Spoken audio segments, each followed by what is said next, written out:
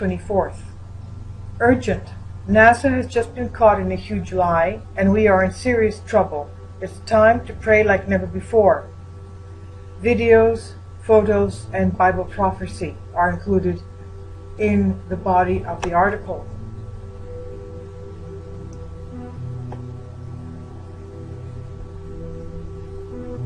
NASA has just been caught in a huge lie, and things are getting more serious than ever before.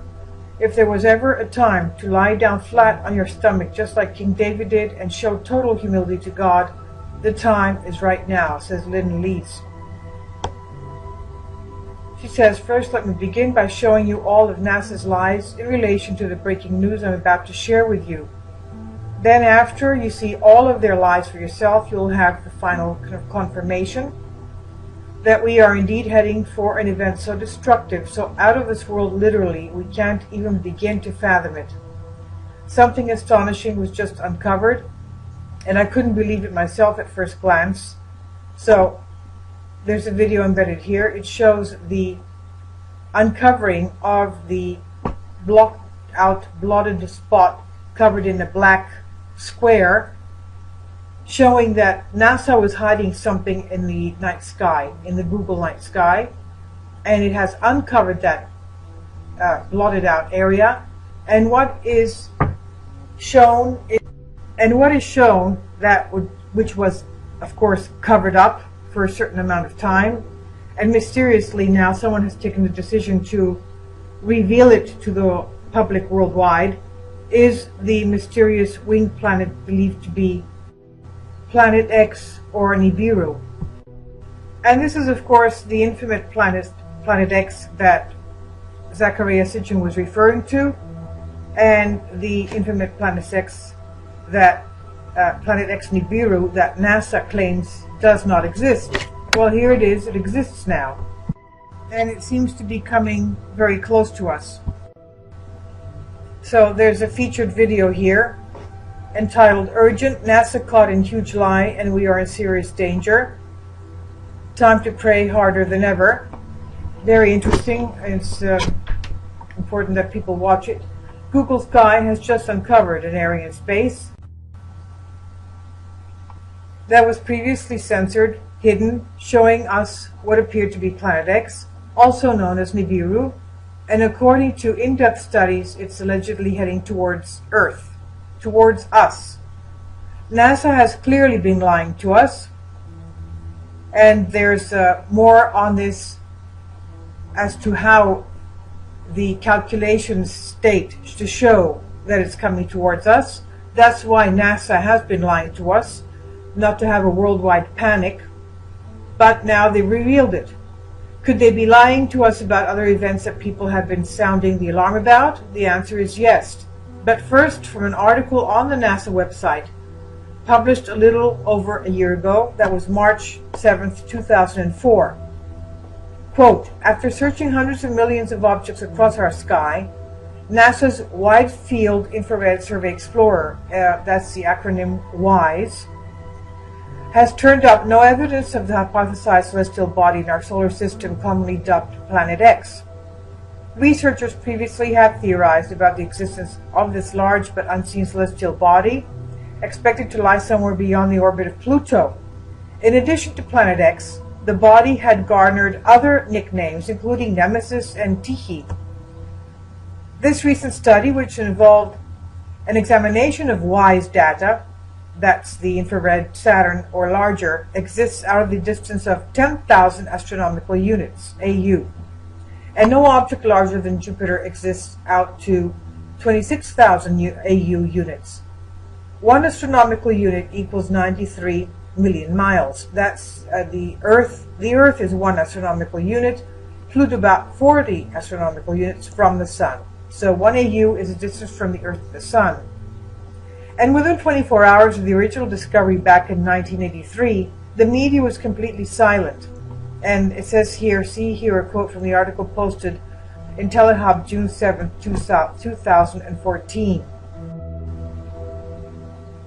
In November of 1983, NASA's IRIS infrared telescope discovered an unbelievably huge, massive, what looked like a slowly burning star a big object headed right towards our solar system from the region of Orion, stated Dr. Jason Rand, researcher and author of the book Return of Planet X, in his opening remarks during the historical interview, pointing out how openly and well announced the discovery was that day. However, like clockwork, 24 hours later the media was completely silent on the matter, and you heard not even a peep as national security protocols were implemented in the highest levels of the government and media, and from then on it would be almost a complete informational blackout. The public didn't name Planet X, the government did. That's the first rule of Planet X 101, Rand pointed out passionately. Rand then made mention of the 1984 U.S. News and World Report article, which revealed yet another clue to what NASA found. They named it a brown dwarf star, said Rand. Embedded in this article is a YouTube video by David Morrison of NASA denying the existence of Planet X. He's the NASA senior scientist, David Morrison, PhD. The IntelliHub article goes on to say, Zecharia Sitchin, renowned author and researcher, has stated that Planet X flies through space in a highly elliptical orbit approaching Earth from the south on an angular plane, then slingshotting around the backside of the Sun before exiting back out of our solar system every 3,600 years. So maybe that was the time of the Exodus of Moses. That was about 1,500 BC. So it seems that we're in the range of that time period. It has also been said that you can only see the brown dwarf star approaching low on the horizon from a vantage point of the Earth's southern hemisphere, making spotting the planet early on difficult for most of the world population. And also intriguing in relation to its name, Nibiru. In a Wikipedia entry on Zecharia Sitchin, it states, according to Sitchin's interpretation of Mesopotamian iconography and symbology outlined in his book dated 1976, The 12th Planet, and its sequels, there is an undiscovered planet beyond Neptune that follows a long elliptical orbit reaching the inner solar system roughly every 3,600 years. This planet is called Nibiru, although Jupiter was a planet associated with the god Marduk in Babylonian cosmology. According to Sitchin, Nibiru, whose name was replaced with Marduk in original legends by the Babylonian ruler of the same name in an attempt to co-opt the creation for himself, leading to some confusion among readers, collided catastrophically with Tiamat, a goddess in the Babylonian collision supposedly formed the planet Earth, the asteroid belt, and the comets. Sitchin states that when struck by one of the planet Nibiru's moons, Tiamat split in two, and then on a second pass, Nibiru itself struck the broken fragments, and one half of Tiamat became the asteroid belt. The second half, struck again by one of Nibiru's moons, was pushed into a new orbit and became today's planet Earth.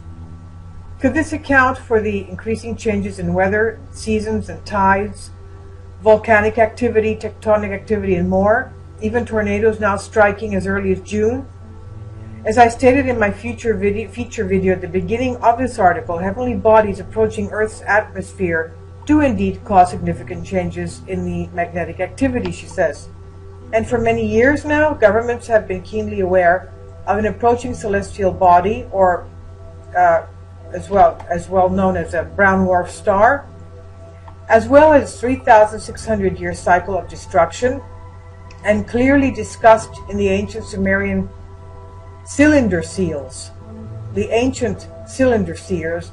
as well as other ancient documents. The Washington Post article dated December 30th, 1983 on page A1 states, a heavenly body, possibly as large as the giant planet Jupiter, and possibly so close to Earth that it would be part of this solar system, has been found in the direction of the constellation Orion by an orbiting telescope aboard the U.S. infrared astronomical satellite. So mysterious is the object that astronomers do not know if it's a planet, a giant comet, a nearby protostar that never got hot enough to become a star, a distant galaxy so young that it's still in the process of forming its first stars, or a galaxy so shredded in dust that none of the light cast by its stars ever gets through. All I can tell you is that we don't know what it is, said Dr. Jerry Neubauer, IRA's chief scientist for California's Jet Propulsion Laboratory and director of the Palomar Observatory of the California Institute of Technology. And he said in an interview, see also article from Discovery News referring to Nibiru as an imaginary planet and harshly criticizing those who believe in such a thing. So they're contradicting what the scientists said in December of '83. That's interesting. Scientists are contradicting each other. Planet X Nibiru exists. Planet X Nibiru doesn't exist. From an article issuing a statement NASA was forced to publicly make weeks ago, it said, NASA knows of no asteroid or comet currently on a collision course with Earth, so the probability of a major collision is quite small, said a NASA spokesman. In fact, as best as we can tell, no large object is likely. Now Google Sky uncovers an area in space that was previously censored, hidden, showing us what appears to be Planet X Nibiru. And from what it says in IntelliHub, for years it's been speculated by conspiracy theorists and some astronomers that Google Sky had been censoring what's known as Planet X or Nibiru from the general public's view online. And now, shockingly, this massive swath of Google Sky that was covering up what was, of course, the bright winged Planet X Nibiru that was censored has been made visible by Google for anyone wishing to see, for our viewing pleasure. As of now, it's currently unknown why Google restricted access and why it unrestricted access to the planetary system, which was the focus of the late Zecharia Sitchin, who wrote numerous publications on the planet Nibiru. And that is the image we have with a close-up shot in 2005. That you can see the winged disk as described by Sitchin and others, and it's almost uncanny. The system is currently located at 5 hours, 42 minutes, 21 seconds. There's another interesting YouTube video embedded in this article by Gilles Broussard of the YouTube channel Planet 7X, and his video is entitled Summary of Events of Planet 7X. It's interesting, we should all watch it, very informative. Based on his calculations, he believes Nibiru should go past the Earth on March 26, 2016, on Passover. That's the Easter period. He also believes that based on his in-depth research, this has always brought some major biblical event. The 3,600-year cycle, that is. Here is his future video in this. It's embedded in the article. I'll leave a link below for you. You can see this. And there is a video by Paul Begley as well, and he mentions the same thing as well, what Gilles Broussard has done. And they refer to, of course, biblical prophecy. So, and this is what Broussard states in his About section on his YouTube channel. He says, is Planet X real, and is it biblical? My main focus is to inform viewers of the findings in the field of biblical astronomy, and how these resulting anomalies correlate to biblical records. 3 years of research along with astronomical software models of each event that have a repeated overlay to a depth and degree to which the data cross-validated itself was beyond expectations.